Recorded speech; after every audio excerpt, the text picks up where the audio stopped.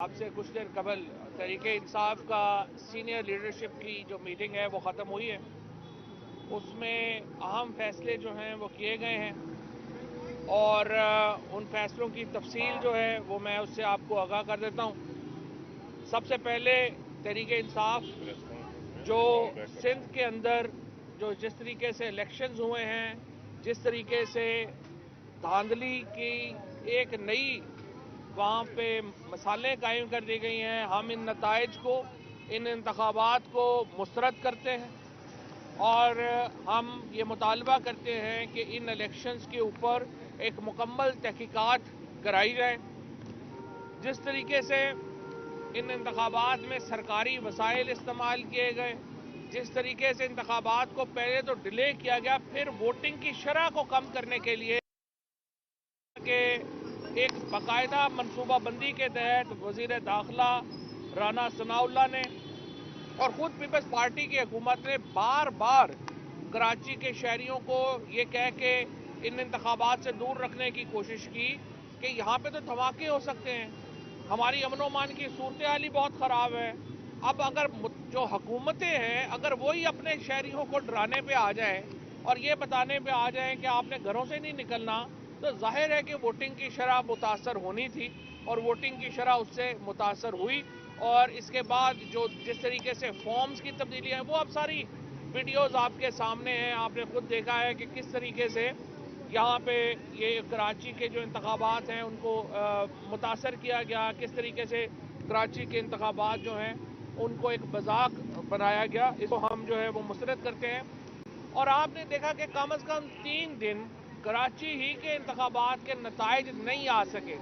وہ نتائج اس لیے نہیں آ سکے اور آج پاکستان کے لوگوں کو یہ بات اچھی طرح سمجھ آ گئی ہو گئی کہ کیوں الیکشن کمیشن ای وی ایم کی مخالفت کر رہا تھا، کیوں ایک پوری لابی جو تھی اس وقت کی اسٹیبلشمنٹ اور اس وقت جو نون لیگ اور پیپلز پارٹی کیوں یہ کہہ رہے تھے کہ آپ الیکٹرانک ووٹنگ مشینز نہ لے کے آئیں.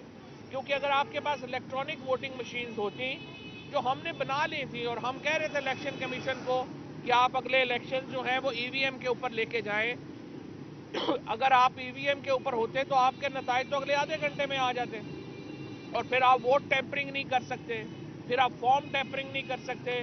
اور یہ ایک دفعہ پھر ریمائنڈر ہے کہ کس طرح سے انہوں نے ایک الیکشنز کو رگ کرنے کے لیے الیکٹرانک ووٹنگ مشین نہیں آنے دی. اس کے بعد میں آپ کو بتا دینا چاہتا ہوں کہ آج جو ہے اب سے کچھ دیر کے بعد خیبر پختونخوا کی اسمبلی کی تحلیل جو ہے وہ ہو جائے گی اور خیبر پختونخوا کی اسمبلی کی جو تحلیل کی سمری ہے وہ اب سے کچھ دیر کے بعد خیبر پختونخوا کے وزیر اعلیٰ گورنر صاحب کو بھجوا دیں گے. میں گورنر صاحب سے امید کرتا ہوں کہ وہ آئین کے اوپر عمل درآمد کریں گے اور جس طرح پنجاب کے گورنر نے 48 گھنٹے انتظار کیا، آپ انتظار نہیں کریں گے اور اسمبلی کو تحلیل کر کے ہم انتخابات کی طرف بڑھیں گے. یہ دونوں وہ وعدے تھے جو عمران خان نے 26 نومبر کو راولپنڈی کے جلسے میں کیے تھے اور الحمدللہ ہمیں اللہ نے یہ توفیق دی کہ ہم یہ وعدے جو ہیں وہ پورے کر پائے. پاکستان کے اندر تو آپ کو پتہ ہے کلرک کی نوکری کوئی نہیں چھوڑتا، اس کے لیے جو ہے اور آپ کو پتہ ہی ہے جو ایکسٹینشنوں کے لیے جو کچھ ہوتا ہے. یہ عمران خان اور تحریک انصاف ہے کہ جس نے 2 حکومتوں کو ٹھوکر ماری اور کہا کہ ہم عوام کے پاس جائیں گے ووٹ لینے، اور یہ تحریک انصاف کا اعتماد ظاہر کرتا ہے عوام کے اوپر. یہ تحریک انصاف کے اس کانفیڈنس کی علامت ہے جو ہم پاکستان کے عوام کے اوپر رکھتے ہیں اور جو سپورٹ پاکستان کے عوام میں اس وقت تحریک انصاف کی ہے یہ اس کا ایک اظہار ہے. لہٰذا آج دونوں اسمبلیاں پنجاب کے بعد خیبر پختونخوا اسمبلی جو ہے وہ بھی تحلیل ہو جائے گی. ہم نے جو پارلیمانی پارٹی ہے پنجاب کے لیے وہ میاں اسلم صاحب کی سرکردگی میں جو ہے وہ قائم کر دی ہے اور اسپیکر صاحب جو ہیں وہ پارلیمانی پارٹی کا لکھ دیں گے. جو ابھی مجھے پتہ چلا ہے کہ نام جو آئے ہیں حکومت کی طرف سے، مجھے نہیں لگتا کہ وہ کوئی سنجیدہ نام ہے، وہ تو ظاہر ایک مذاق ہی ہے اگر انہوں نے یہی نام دیے ہیں جو ظاہر ابھی ہمیں نہیں کمیونیکیٹ ہوئے. ہم نے جو نام دیے تھے وہ سنجیدہ نام ہے और हम समझते हैं कि आप उन नामों के ऊपर इत्तफाक होना चाहिए। आज मैं पहले इंटरव्यू सुन रहा था मलिक अहमद साहब का, उन्होंने भी कहा कि जो पीटीआई के नाम हैं वो संजीदा नाम है और उनमें फ्लेक्सिबिलिटी हो सकती है। मेरी नज़र में मैं अब भी दरख्वास्त करूँगा नासिर खोसा साहब से कि वो अपना फैसला तब्दील करें और इसके ऊपर ये पाकिस्तान के लिए एक उनकी कंट्रीब्यूशन होगी। आई कैन इमेजिन कि मुश्किल काम है, इसमें कंट्रोवर्सी होती हैं, सियासी कंट्रोवर्सीज हैं। नासिर खोसा साहब, अहमद नवाज सुखेरा साहब, दोनों बड़े क्रेडिबल नाम हैं। अहमद नवाज सुखेरा साहब ने हमारे साथ भी काम किया है और वो मौजूदा हुकूमत के कैबिनेट सेक्रेटरी हैं, तो वज़ीर-ए-आज़म का भी उन्हें पूरी तरह एतमाद हासिल है। और इसी तरह से नसीर साहब जो हमारा तीसरा नाम है, उनके ऊपर भी साहब का और जो बाकी इस वक्त हुकूमत में लोग शामिल हैं उनका करीबी उनसे एतमाद का ताल्लुक है, तो उनके ऊपर भी कोई मसला नहीं होना चाहिए। लेकिन जो दोनों ब्यूरोक्रेट्स हमने सेलेक्ट किए हैं, नासिर खोसा साहब और अहमद नवाज सुखेरा, पूरी ब्यूरोक्रेसी और पाकिस्तान के लोग जो हैं वो यकीनन उनकी इंटेग्रिटी के ऊपर, उनकी जो एक कद है पाकिस्तान की सिविल सर्विस के अंदर, उससे वाकिफ़ हैं। और मेरे ख्याल में वो उनमें से अगर किसी पे भी इत्तफाक हो जाए ये बड़ा खुशाइंद होगा और हम इसके ऊपर जो है वो आगे बढ़े। इसके साथ साथ हमने आज जो इमरान खान साहब की जेआईटी को जिस तरीके से कवर अप किया जा रहा है, उसके ऊपर सीनियर लीडरशिप ने बड़े अफसोस का इजहार किया है। हम ये देख रहे हैं कि मुसलसल पहले आप देखें इमरान खान के ऊपर हमला हुआ, 1867 से ये कानून है कि जो कंप्लेनेंट है वो एफआईआर करवाता है। 150 साल की तारीख में पहले इमरान खान और फिर आजम सवाती के लिए यह कानून तब्दील कर दिया गया। कंप्लेनेंट को हक नहीं है कि वो एफआईआर कराए, पुलिस खुद एफआईआर कराने चली गई। उसके बाद जेआईटी नहीं बनने दे रहे थे, बड़ी मुश्किल से जेआईटी बनी। उसके बाद जेआईटी के मेंबरान को ताकतवर हलकों की तरफ से पैगामात आए कि आपने ये करना है, ये नहीं करना। जेआईटी वाले बेचारे जो हैं वो भाग गए। लोग जेआईटी का मेंबर बनने को तैयार नहीं है। ये इस मुल्क में रूल ऑफ लॉ का हाल है, ये इस मुल्क में प्रेशर का हाल है। चाहे वो अरशद शरीफ का तहकीकाती कमीशन हो, उसका भी हाल आप देख ही रहे हैं जिस तरह का वो चल रहा है।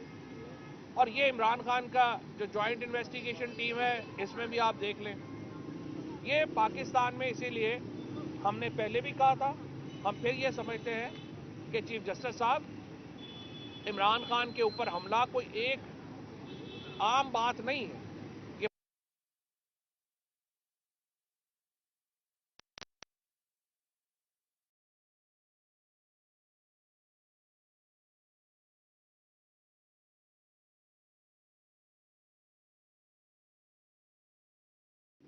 इसके नतीजे में पाकिस्तान को शदीद नुकसान होगा।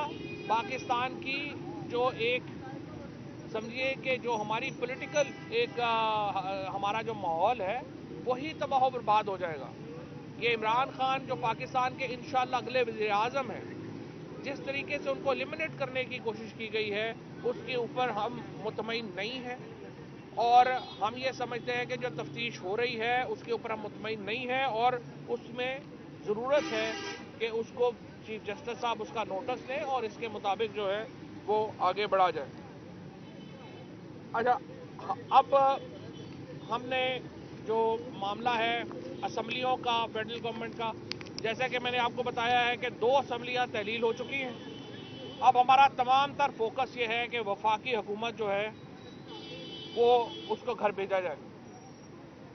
हमारी ख्वाहिश ये है कि वफाकी हुकूमत हमारे साथ बैठे और हम जॉइंटली एक इलेक्टोरल फ्रेमवर्क तय करें। पाकिस्तान की जो मईशत का क्राइसिस है वो बहुत बड़ा है, लेकिन वो डील हो सकता है। नामुमकिन नहीं है पाकिस्तान की मईशत को फिक्स करना, लेकिन उसकी पहली शर्त यह है कि पाकिस्तान के अंदर एक पॉलिटिकल स्टेबिलिटी हो, एक सियासी इस्तेहकाम हो। अगर वो सियासी इस्तेहकाम नहीं होगा, पाकिस्तान को मुआशी स्टेबिलिटी नहीं मिल सकती। लिहाजा हम ये चाहते हैं कि वफाकी हुकूमत हमारे साथ बैठे और हम एक इलेक्शन का फ्रेमवर्क तय करें। लेकिन इस वक्त की जो सूरत हाल है वो ये है कि वफाकी हुकूमत के लोग बज़िद हैं कि वो इलेक्शन नहीं कराएंगे। दूसरी तरफ सूरत हाल ये है कि असम्बलियों के अंदर हमारे इस्तीफे मंजूर नहीं किए गए, और अब भी तहरीक इंसाफ की जो पार्लिमानी पार्टी है, हाई कोर्ट का जो इस्लामाबाद हाई कोर्ट का फैसला है उसके नतीजे में इस वक्त सबसे बड़ी जो अपोजिशन की जमात है वो फिर पाकिस्तान तहरीक इंसाफ है। लिहाजा हम परवेज़ खट्टक साहब की सरबराही में हमने एक कमेटी तश्कील दे दी है जो कि स्पीकर के पास जा रही है, और हम उनसे ये कह रहे हैं कि leader of the opposition, parliamentary leader और उसके साथ जो पब्लिक अकाउंट्स कमेटी है, ये तीन जो ऑफिसेज हैं ये तहरीक इंसाफ के मेंबरान को दिए जाएं और उन्हें जो है वो नॉमिनेट किया जाएगा इन तीन ओहदों के लिए। और उसके बाद इंशाअल्लाह हमें पूरी उम्मीद है कि वफाकी हुकूमत के जो गिराने का अमल है वो भी चंद ही हफ्तों में हम मुकम्मल कर सकेंगे। और इससे पहले मैं दोबारा ये कहता हूँ, हम गिराना नहीं चाहते, हम चाहते हैं आप हमारे साथ बैठ के इलेक्शन का फ्रेमवर्क तय करें, लेकिन अगर आप नहीं मानते तो फिर देखिए पाकिस्तान से आगे तो कोई भी नहीं। हमें पाकिस्तान के लिए जो है इंशाअल्लाह इस हुकूमत को घर भेजना होगा, और पाकिस्तान में इलेक्शन जो है वो 90 दिनों से एक दिन भी आगे नहीं होने चाहिए। हम इलेक्शन कमीशन से मुतालबा ये करना चाहते हैं कि 90 दिन तो मैक्सिमम टाइम है। हम ये आपसे मुतालबा करते हैं कि आप रमज़ान शुरू होने से पहले पंजाब और केपी में ये इलेक्शंस करवाएं, और इसी तरह से जो फेडरल गवर्नमेंट है वो अगर जल्द डिसॉल्व हो जाती है तो फिर सारा प्रोसेस जो है वो रमज़ान से पहले मुकम्मल होना चाहिए। आज तक पाकिस्तान में सारे इलेक्शन जो हुए हैं वो 60 और 76 दिनों के दरमियान में हुए हैं। 35 दिन मिनिमम रिक्वायरमेंट है आपकी इलेक्शन के कैंपेन की। लिहाजा बहुत अहम है कि आप ये इलेक्शन जो हैं ये फौरी तौर के ऊपर यहाँ कराएं और वो रमज़ान से पहले करवाएं, ताकि लोग फिर इबादत में अपनी इस इत्मीनान के साथ जा सकें कि पाकिस्तान अब इंशाअल्लाह महफूज हाथों में है और अल्टीमेट फैसला पाकिस्तान के लोगों को करना है। प्रायोरिटी एरियाज भी बता दें जिस पे वर्किंग शुरू कर दी है। वो नहीं मानेगी तहरीक इंसाफ तो मामला इलेक्शन कमीशन में जाएगा, वहाँ पे अगर उनके हक में फैसला हो गया तो आपके पास ऑप्शंस क्या हैं?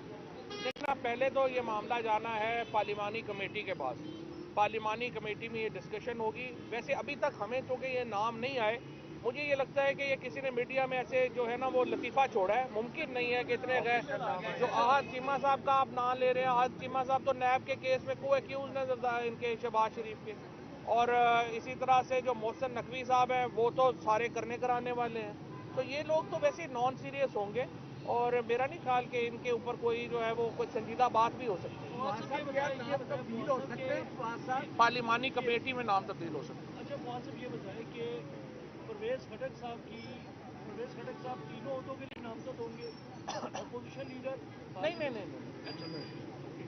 ये क्लियर करते हैं। अच्छा नहीं, परवेज़ खट्टक साहब को हमने ये कहा है, तो सुन लेना, परवेज़ खट्टक साहब को हमने ये कहा है कि वो अपना वो और आमिर डोगर जो हमारे चीफ व्हिप हैं, इनको हमने ये कहा है कि आप स्पीकर साहब से मिलेंगे, आप उनसे ये कहेंगे कि ये तीनों ओहदे जो हैं वो हमें दिए जाएं। उसके बाद इमरान खान ज़ाहिर है नॉमिनेट करेंगे तीनों ओहदों के लिए जो है वो है। इसके साथ साथ हम मुख्तलिफ पार्टीज़ में जो हमारे हम ख्याल हैं उनके साथ बातचीत कर रहे हैं कि अगर वोट ऑफ कॉन्फिडेंस आए या वोट ऑफ नो कॉन्फिडेंस आए तो वो उसमें हमारा क्या ताउन होगा। एक मिनट पहुँचा सर। हाउस में वापसी कब है आपकी? इसी सेशन में जो चल रहा है? हाउस में वापसी का भी हमने फैसला नहीं किया, पहले ये तीनों ओहदे आ जाएं फिर उसके बाद।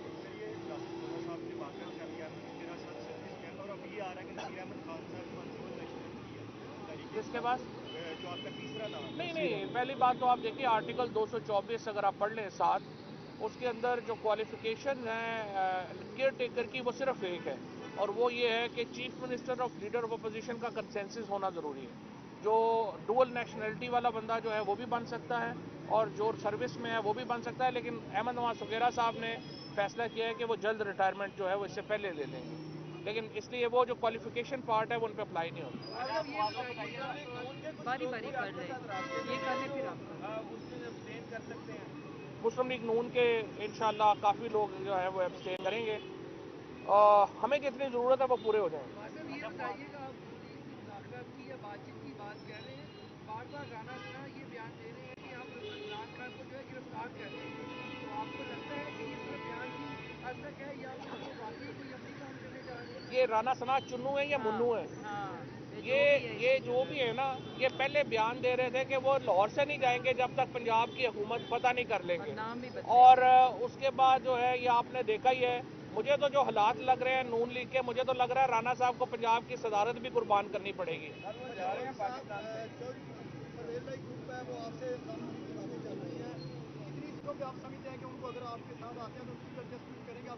ابھی ہماری ان سے جو بات ہوئی تھی، ابھی صرف ہم نے گجرات اور گجرانوالہ ڈویژن ریویو کیا ہے. ابھی چو صاحب نے کہا تھا کہ یہ پروسیس مکمل ہو جائے گا پھر ہم بیٹھیں گے، تو ان کو انشاءاللہ پورا اکاموڈیٹ کریں گے. فواد صاحب یہ بتائیں، یہ جو نصیر احمد خان صاحب کا نام آپ نے دیا تھا، ان کی ڈبل نیشنلٹی جو سامنے آئی ہے، پہلے نہیں پتا تھا ان کی ڈبل نہیں نیشنلٹی؟ ڈوئل نیشنلٹی ڈسکوالیفیکیشن نہیں ہے 224 کے. میں نے یہی آپ سے پہلے عرض کیا ہے کہ 224(7) اگر آپ پڑھ لیں اس میں ڈوئل نیشنلٹی ہونا کوئی ڈسکوالیفیکیشن ہے نہیں. Thank you. یہ بتائیے گا کہ جو نام دیے گئے ہیں آپ کی طرف سے اور ان کی طرف سے، اگر اچھا نہیں ہوتے اس کے اوپر الیکشن کمیشن کے فیصلے پر آپ اعتماد کرتے ہیں؟ الیکشن کمیشن کا فیصلہ حتمی ہے ظاہر ہے. آؤ جی آؤ.